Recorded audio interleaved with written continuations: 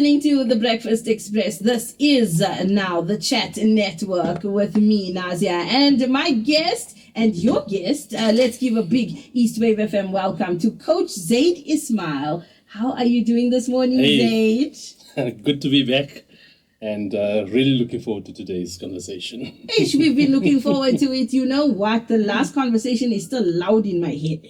Like I just can't. I just remember the words defensiveness. And I'm like, stop it. So, yes, listeners, you can interact with us, 077-280-4792. That's our WhatsApp line. And let me tell you, Coach Zaid Ismail is going to flip the script. If there's anything that you think you're going to get out of this conversation, just brace yourself.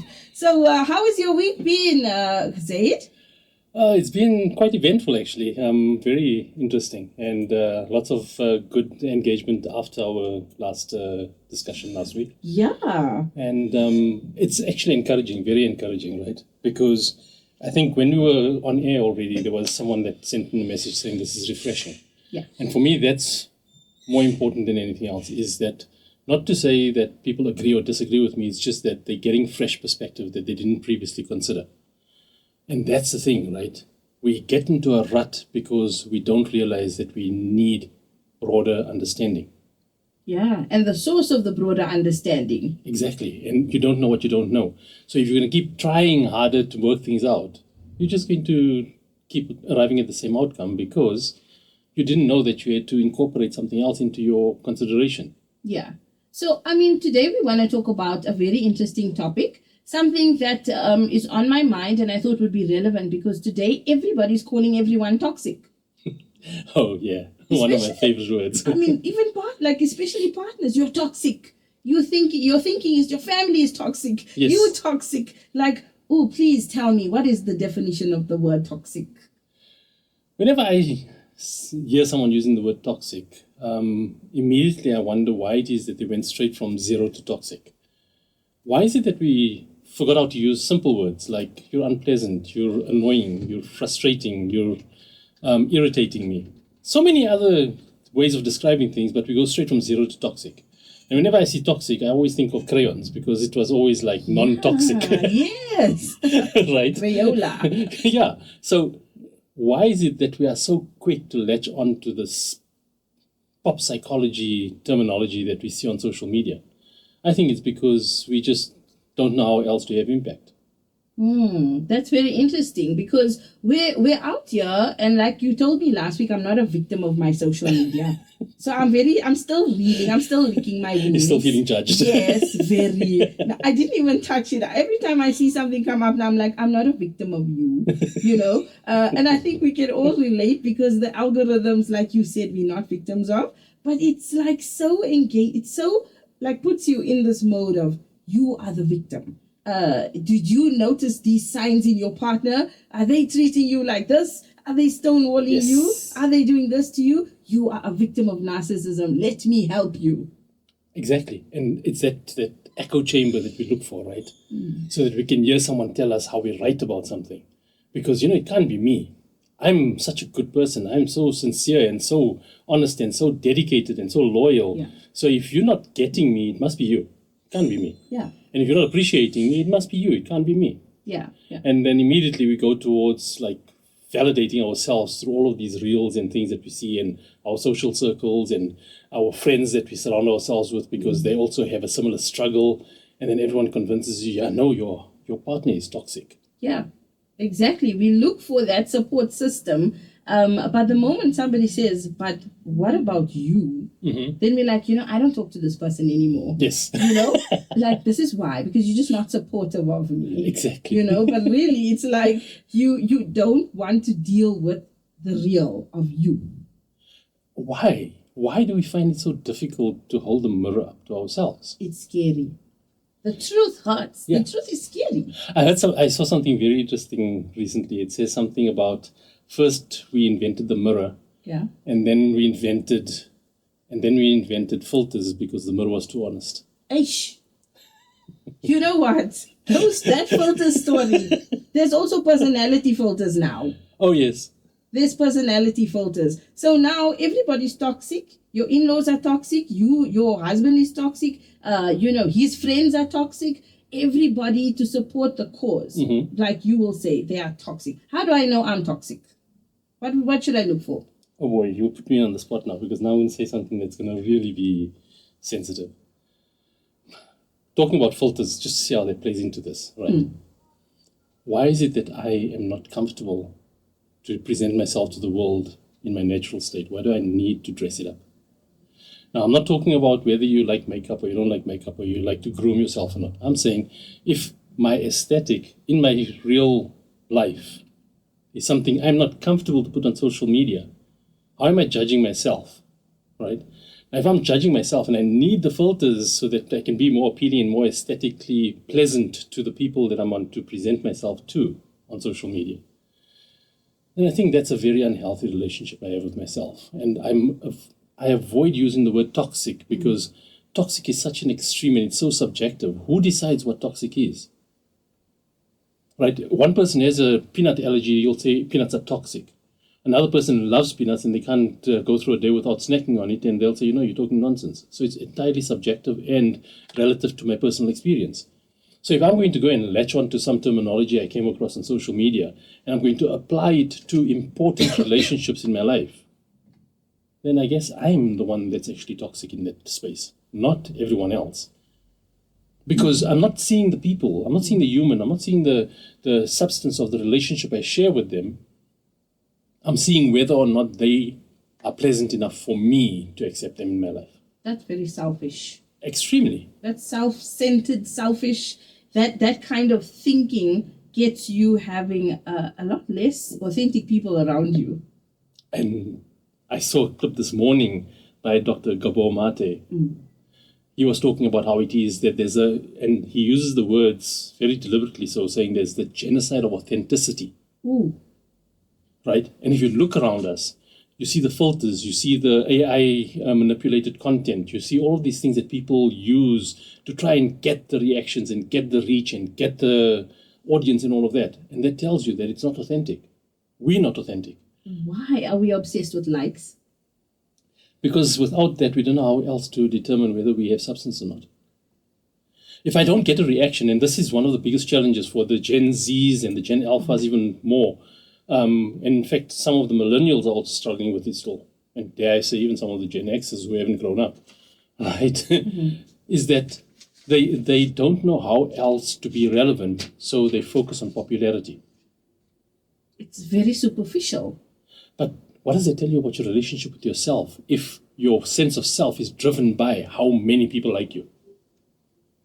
The need for validation. I think we touched on this last week, that validation, that sense of need of validation is also a drug. People are chasing that, I literally saw this video of these people walking around and it's all about, they've got this like button above their heads. And it's like, if you don't like this person, it affects their mood directly. If you don't like their post, if you don't like their content, like, it's just, we're driven by the superficial. How many likes will quantify my character, will quantify my self-esteem. Now take that and attach it to the victim mindset and see how we've shifted what the baseline is of what a nice person is. Let me explain. If I say that the way we are validating or making people feel good or appreciating people now is by liking them and by liking their content and reacting to their effort, then that means that if I disagree with what you're actually presenting and I think you can do better than that, I'm not a nice person anymore.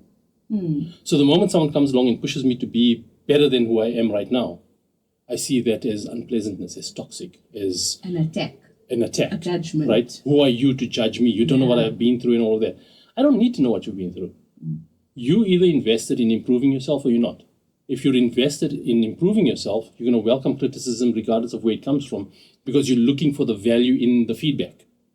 But if you're looking for people to celebrate your struggle and look how difficult my life was, and despite all of that, look, I'm still standing, and I'm, that whole victim mentality where you're struggling on your sleeve kind of thing.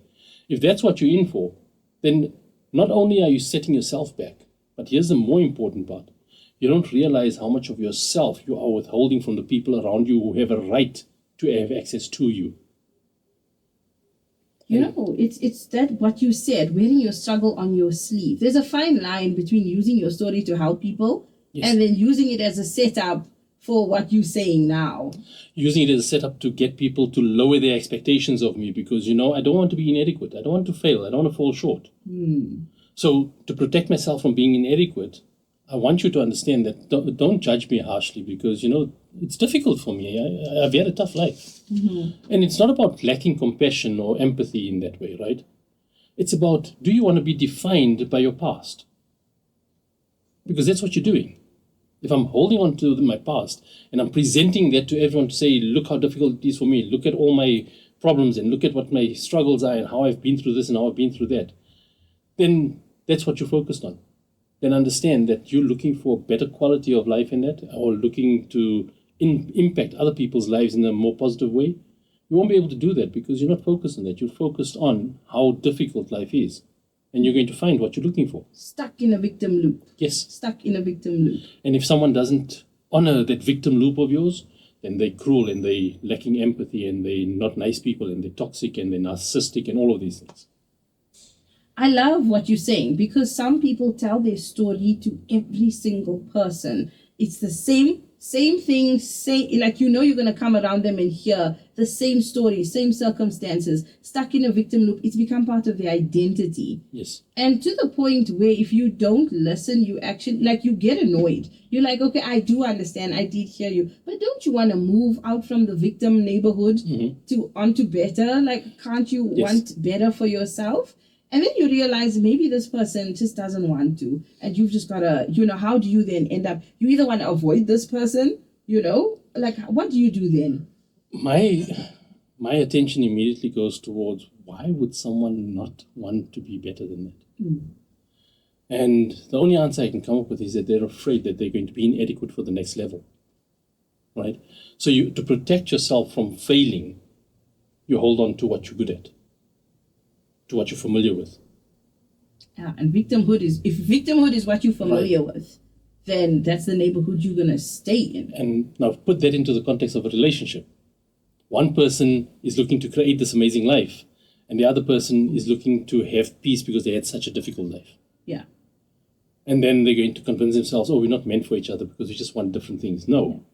It's not that you're not meant for each other. It's that one or both of you have chosen not to grow together in that relationship. You don't have a common goal that you guys are trying to work towards, a vision for what your relationship is supposed to create as an outcome. There's always these trinkets and these trophies that we're targeting, but those are symbolic. Those are what we want other people to see about us. But substance, to be able to sit quietly with yourself and be at peace, most people can't do that.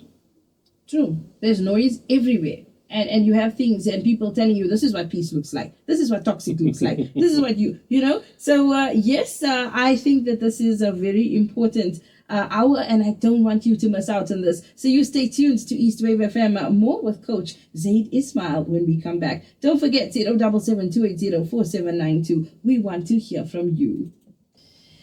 Yes, guys, such a vibe here on the Chat Network. Today we've got Coach Zaid Ismail in the house. Yay! And you know what? This is my favorite hour. I must say, I was looking forward to my session. This is my session. So don't, feel free to disturb my session. I'm sharing it with you. But yes, we need to get talking about these things, man. There's so much, so many of these, like you say, pop psychology words that's been thrown around. And now there's one that I have a gripe with. This thing of narcissism. You're a narcissist. Oh boy. Did you look it up? You know, my husband's a narcissist. My mother-in-law is a narcissist. My father's a narcissist. My boss is a narcissist. You know, and people are throwing this word around so much. So please enlighten us. What's a narcissist? Don't you find it fascinating that it's always someone else that's a narcissist and we never ever consider ourselves to be narcissists? So, you know, the whole narcissist thing, you cannot operate in life if you don't have a touch of narcissism within you, right? Because narcissism is effectively putting yourself first. Now, if I'm never, ever going to put myself first, it means that I have to be available as a doormat to every single person that comes across me. Right. So the moment I'm not willing to be a doormat for someone, then they, according to the definition of narcissism, will have a legitimate reason to label me as a narcissist. But here's the thing. right? Apart from the ridiculousness of the whole definition of NPD, which is narcissistic personality disorder, which is where all of this comes from, right? The DSM. That's the full word from the DSM. Yes, Diagnostic and Statistical Manual for Psychiatry. Yeah. Now, I'm not even going to get into debating the validity of the definition, right? But let's just take it from a slightly different angle. Let's assume that NPD is a real thing, right? Let's assume. Emphasis on assume because it isn't. And I'm happy to defend that position. But anyway, back to the point. Let's assume it's a real thing. So now I look at my partner. And I'm saying partner because it's both men and women. Don't for one second assume that narcissism is primarily with men. It is both sides, I promise you. That's why a mother-in-law can be a narcissist and a husband can be a narcissist, but not the wife. Right? So, here's the thing. If I believe that my partner is a narcissist, that would be then saying that they fit the description of NPD, narcissistic personality disorder. Now, here's the thing. If I claim that they are suffering from NPD, why do I not adjust my expectations of them? Because clearly they are incapable of operating outside of that framework. So where's my empathy and my sympathy and my compassion and the humanness in me to create space for someone who's suffering from NPD? I'm suffering from NPD. Is that what you're saying? Somebody who presents it as that, you must hold up the mirror, because you are actually modeling the behavior and the traits you're accusing other people of. So because you're the one. You need a healthy dose of narcissism to want to self-diagnose someone else as a narcissist. So who's the narcissist first? Just as I'm cancelling you. We're done. Thank you, Zaid. It was nice knowing you. Nice knowing you. You're not supportive. But you see, it doesn't solve any problems for us. No. The only thing it does is it creates new problems. Because now I'm automatically making the person that I diagnosed as being narcissistic, I'm making them responsible to prove to me that they're not narcissistic. Yeah.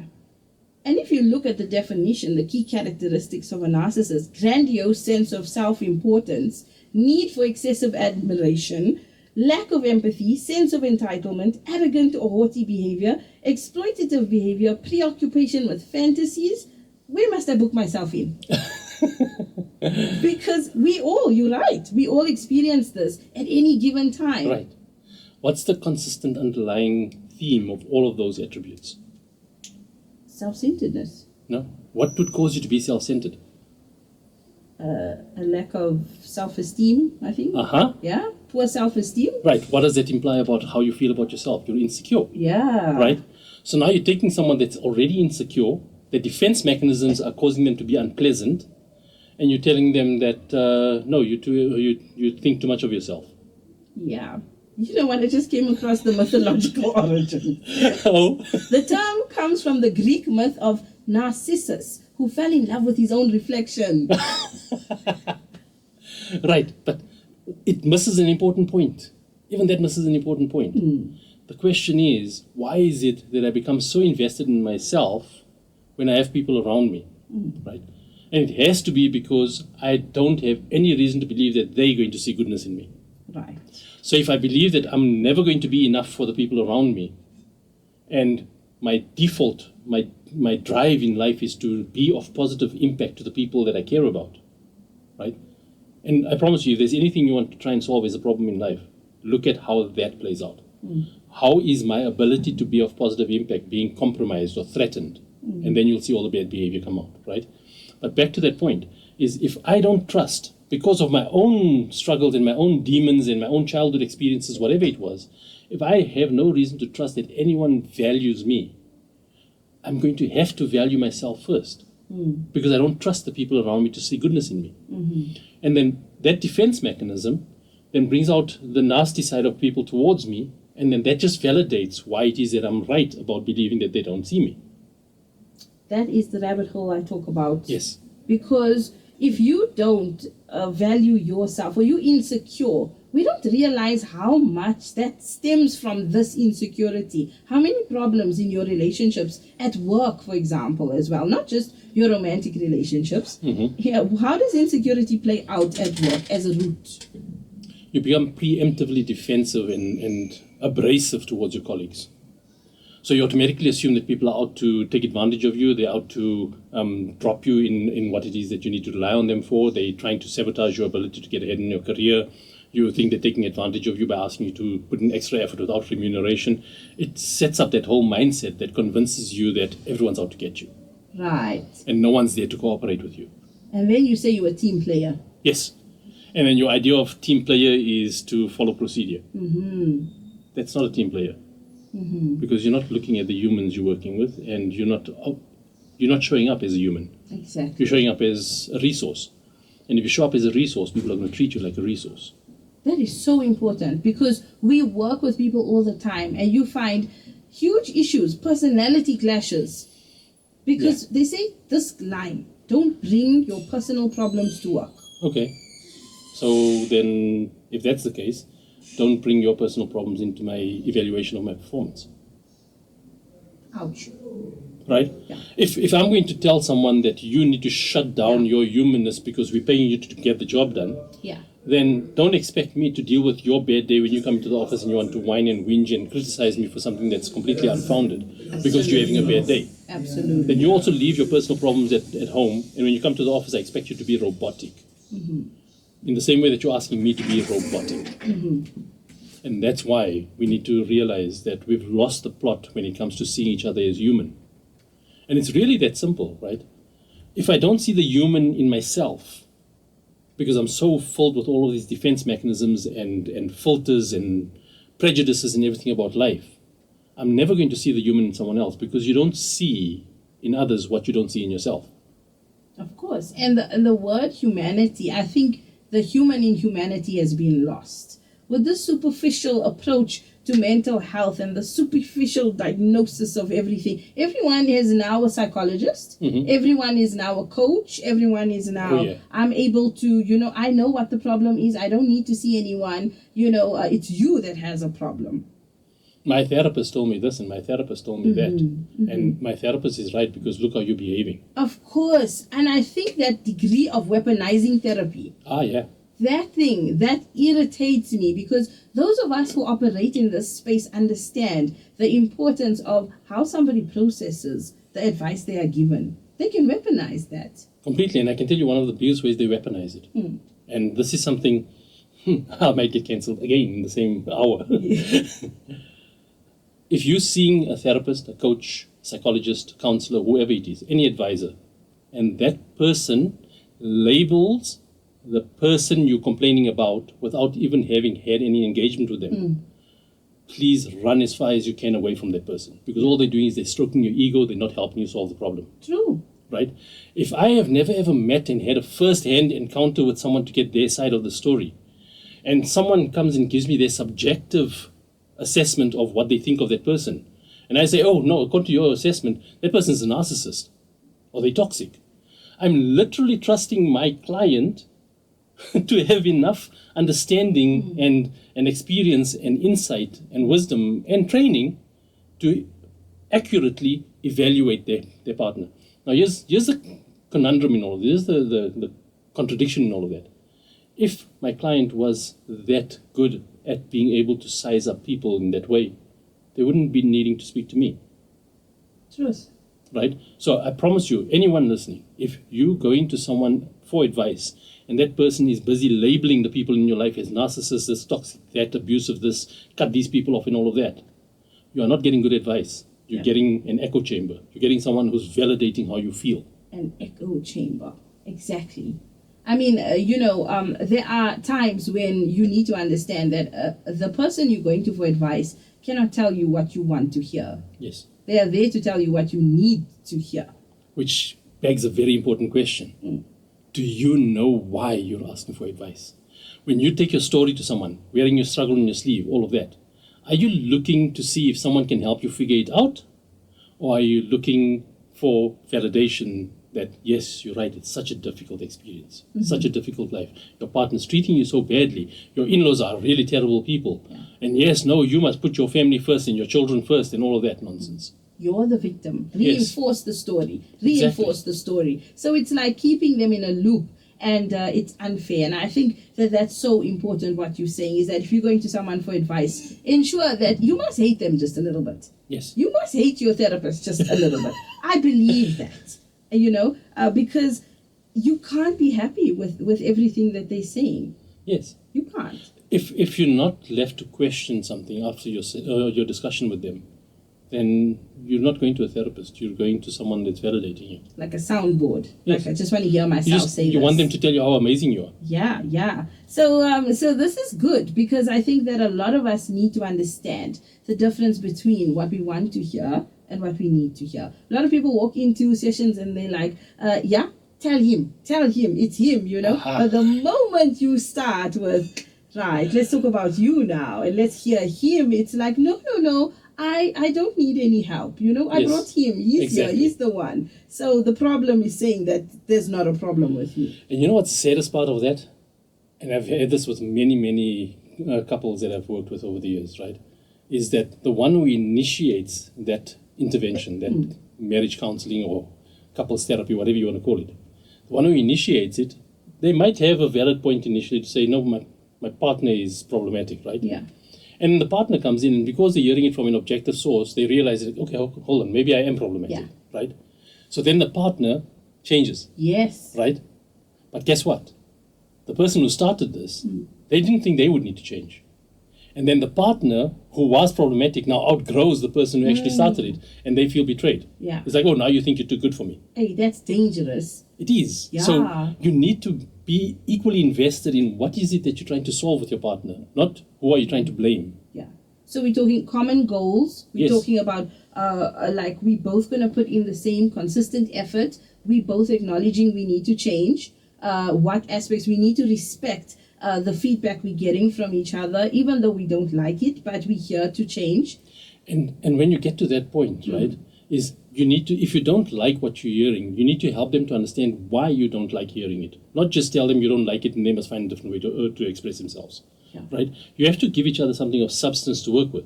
Now, I just want to pull it back to our topic today, right? Because I want to show how this is completely linked to this idea of toxicity, of toxic people. In all we've just discussed in the last few minutes, not once did we have reason to frame it as toxic. It's about recognizing that there's a misunderstanding, there's a disconnect, there's a misalignment, there's a difference of perspective. All of those things come into play, and that's why you have problems communicating. But if you're prescriptive about it, which is most therapists are prescriptive about what healthy communication looks like, then you're going to expect your partner to show up in the way you think they must show up. And if they do show up in that way, then you'll be happy with them, and then they're suddenly not toxic. So what does it say about you? Do you have a God complex? Yo. I can't. Aina. Because a lot of people are feeling it right now, right? Yeah. I'm representing a lot of what I hear, what I see in cases, what I am confronted with in my friends' lives and whatever, where they're like, it's him, but the moment you say, yeah, but did you provoke him in any way? Then they're like, how could I? He's like this. He's been like this. And then they provide evidence. But we need to acknowledge where we are going wrong. Yes, that's the reaction, but how did we contribute to the building up of this problem? It's even simpler than that. We don't even have to look at what we do.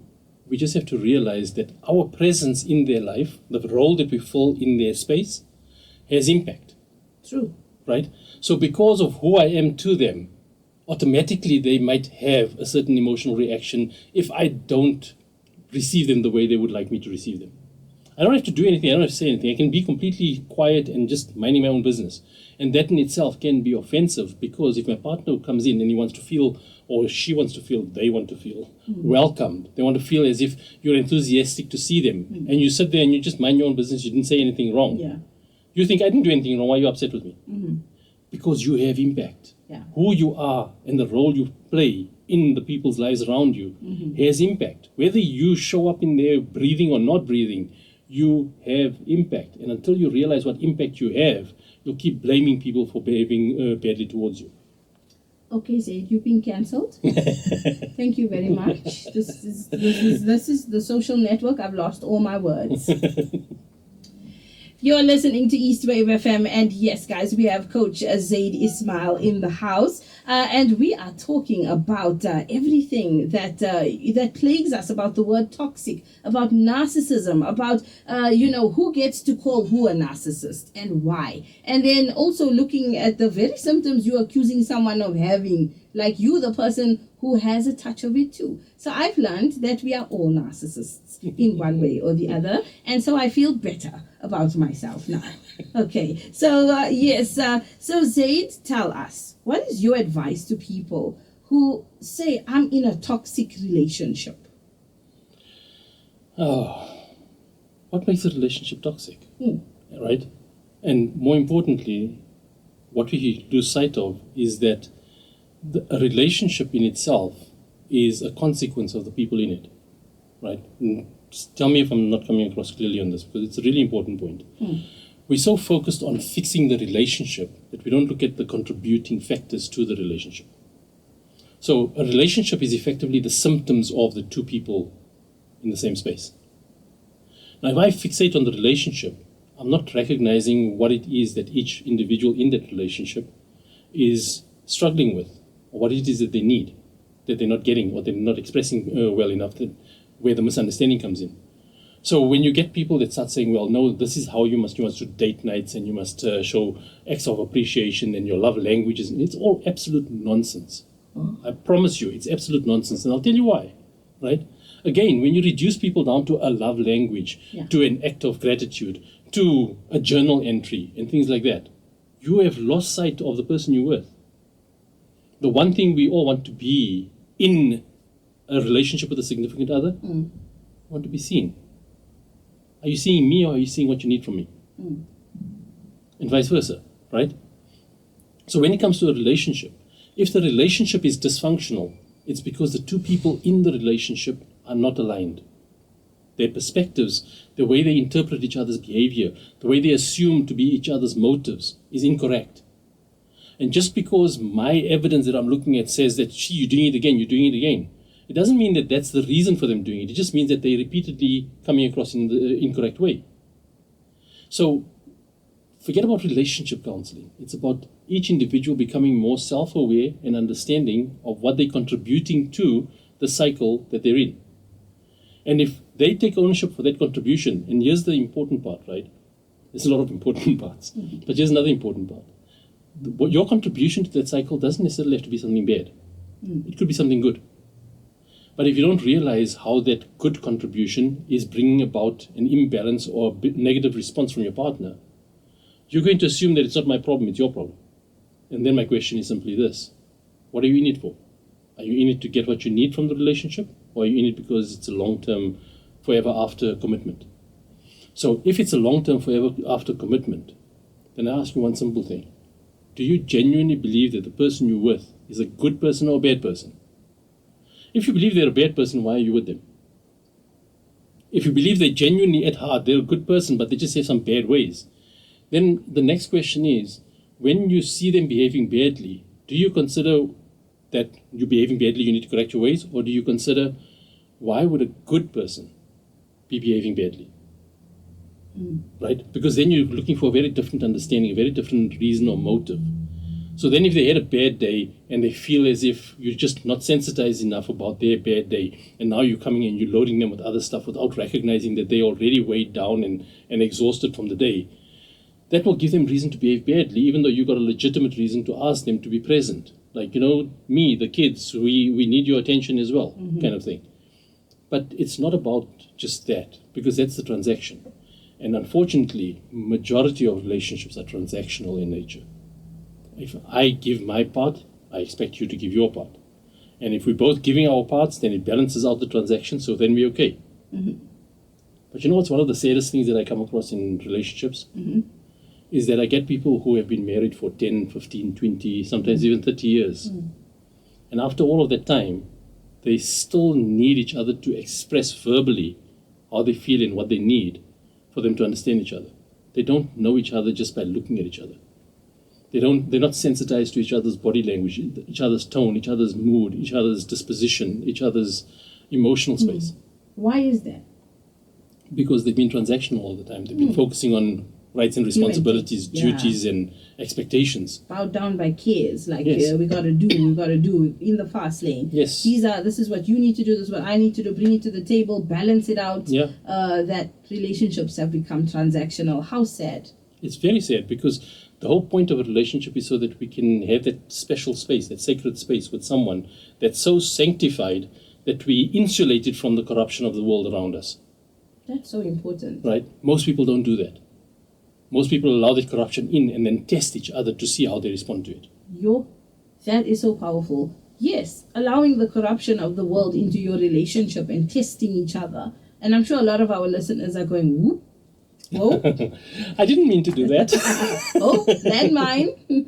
I really think that what you say is like a game of Minesweeper. Do you remember we played Minesweeper back when computers looked like, I don't know, a really huge thing, right? And there was a game where you could click, click, click, and I had no strategy. I was just blind, just doing it. There was a strategy. But if you click on the wrong block, a whole lot goes off. Mm-hmm. So that's what I feel like your strategy, your way of putting things to us is that it just starts to set off a whole array of other things that you need to be thinking about, because the word toxic, the word narcissist, this victim mentality that we have that keeps us in the comfort zone, which is so dangerous to stay in, right? We need to be shook. And that's what you're doing. You are absolutely shaking us up. So, yes, guys, more with Coach Zaid. I need to breathe. I know you need to breathe too. So, yeah, let's just take a quick break.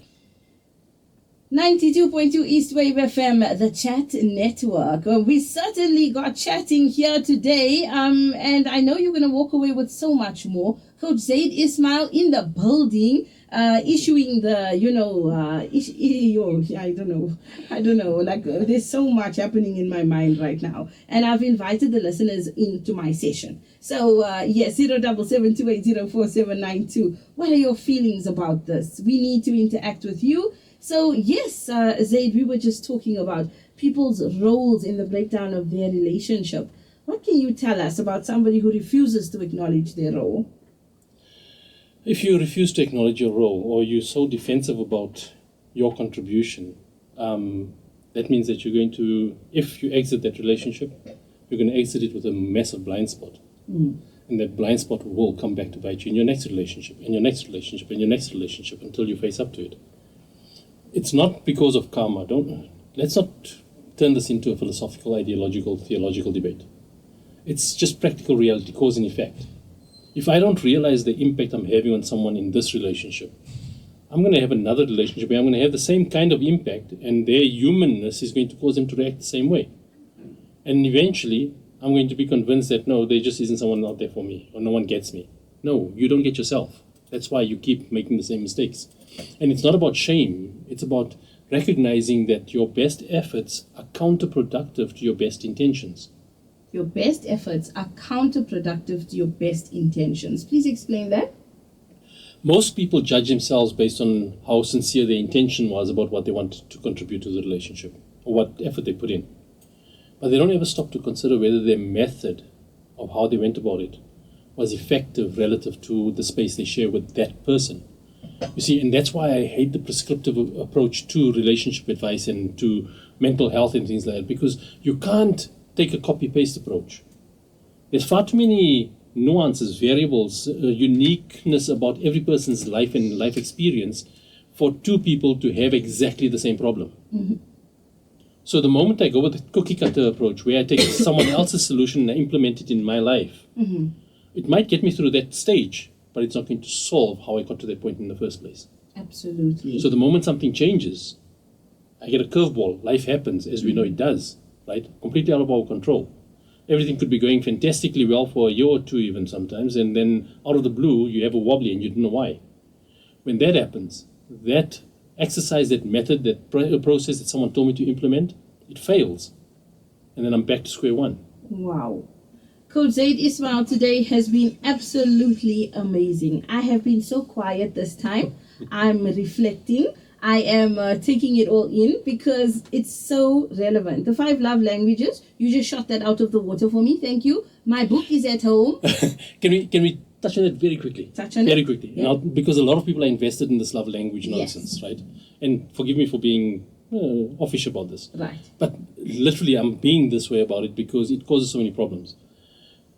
Do you express love? You know, love language. Yeah. Do you express your love language to your partner in the same way you express it to a friend? The same way you express it to a colleague? The same way you express it to your boss or to a child or to a stranger? No. So then, where do the love languages come from then? 2 people who had problems in their relationship and figured this must be the reason. So let's take it one step further. Let's assume that for whatever reason, I've got good reason to believe that my love language is acts of service. Right. Now, if I'm 25 years old, 30 years old, and my love language is acts of service, and I progress another 10 years of my life, and I'm still only focused on acts of service, I don't look at anything else. I'm show of appreciation, gifting, tenderness, affection, all of those other things, right? You know, words of support and all of that.